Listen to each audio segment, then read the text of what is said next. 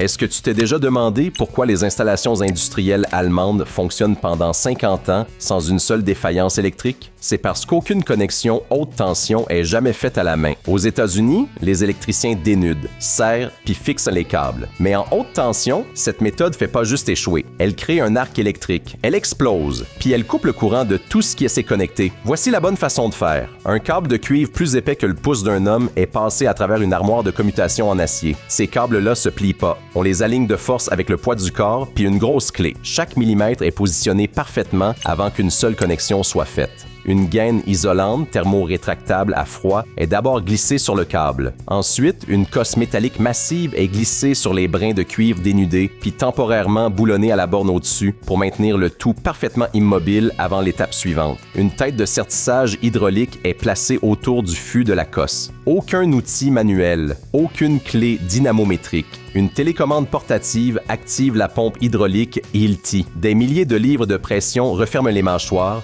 déformant de façon permanente le métal solide autour du cuivre. De profondes empreintes hexagonales sont pressées sur toute la longueur de la cosse. C'est terminé. Cette connexion est maintenant une seule pièce de métal. Elle peut pas se desserrer. Elle peut pas créer d'arc électrique. Elle peut pas tomber en panne. La gaine isolante est remontée, rétractée bien serrée. L'armoire est refermée. Une connexion conçue pour transporter des milliers de volts pendant toute la durée de vie de l'infrastructure. Est-ce que ça devrait devenir la norme obligatoire pour toutes les installations haute tension au Canada? Dis-moi ce que t'en penses dans les commentaires.